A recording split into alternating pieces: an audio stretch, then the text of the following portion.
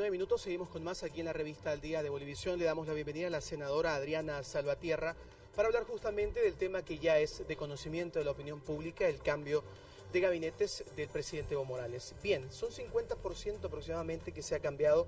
Senadora, buenos días, ¿cómo está usted? Buenos días. Saludamos a todo el país. ¿Cuál es su lectura ante este cambio?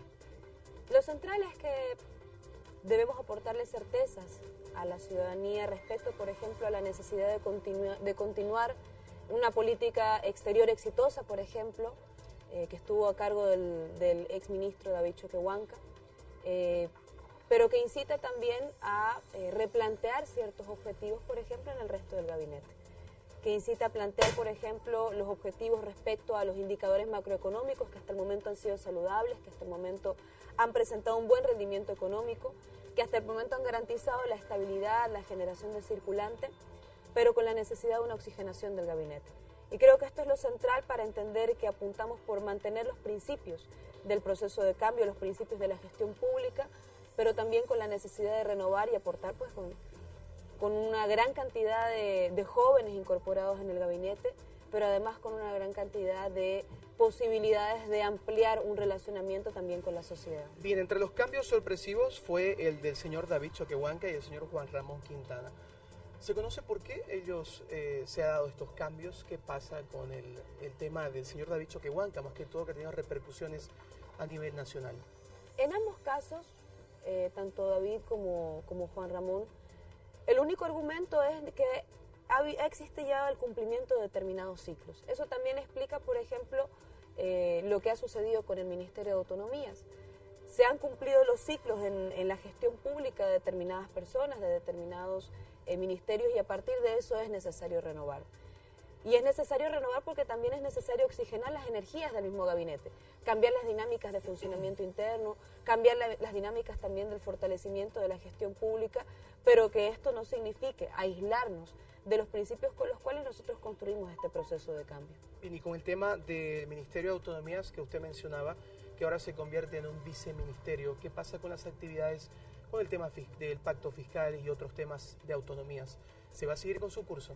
Mire, estuvo hace poco un asambleísta departamental y nos hablaba de una declaración que había emitido la asamblea. Y creo que esa declaración se convierte en un adorno porque el proceso del pacto fiscal va a continuar, independiente de la fusión entre el Ministerio de Presidencia y el Ministerio de Autonomías.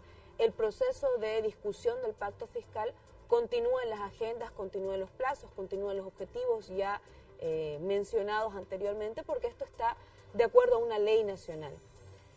El proceso que continúa, por ejemplo, de afianzamiento de la autonomía regional también continuará con sus propios tiempos, sus propias dinámicas.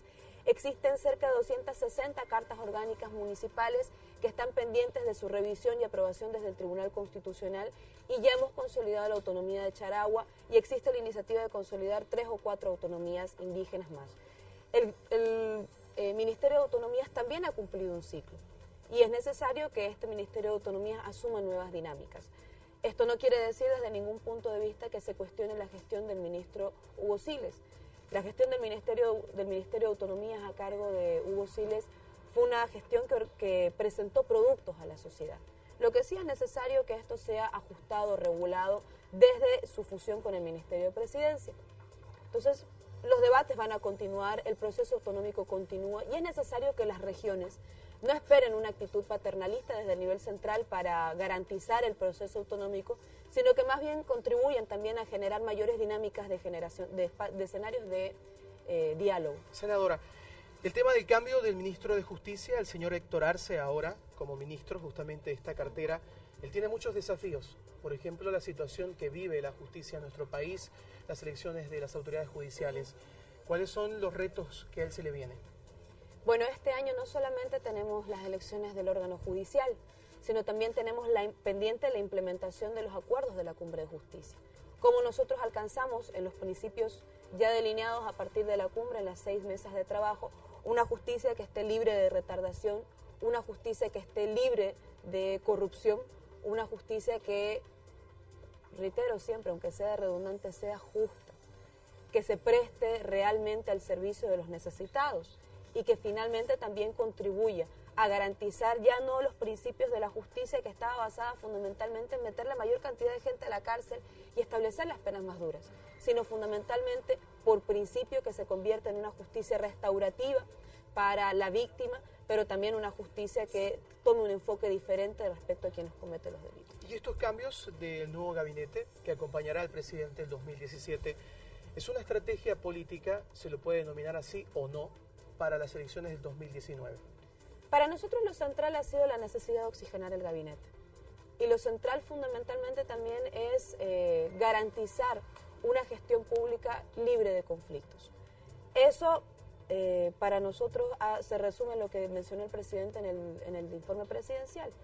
Una gestión en la cual se garantice, por ejemplo, el circulante, el abastecimiento de la canasta familiar, se garanticen los servicios básicos. Es una sociedad libre de conflictividad social y a eso es lo que apuntamos nosotros. El presidente Evo Morales ha sido claro, los servidores públicos no están ahí para vivir bien, sino están para garantizar que la sociedad viva bien. Y respecto a la repostulación del presidente, nosotros hemos sido claros en nuestra opción para presentarlo a la ciudadanía. El 2019 nosotros desearíamos que sea el presidente Evo Morales el que compita en igualdad de condiciones por disputar el sillón presidencial. Senadora, muchas gracias. Muchas gracias a usted. Gracias por su tiempo. Las palabras de Adriana Salvatierra, la senadora, hablando de estos cambios en el gabinete del presidente Evo Morales. Seguimos con más aquí en la Revista al Día.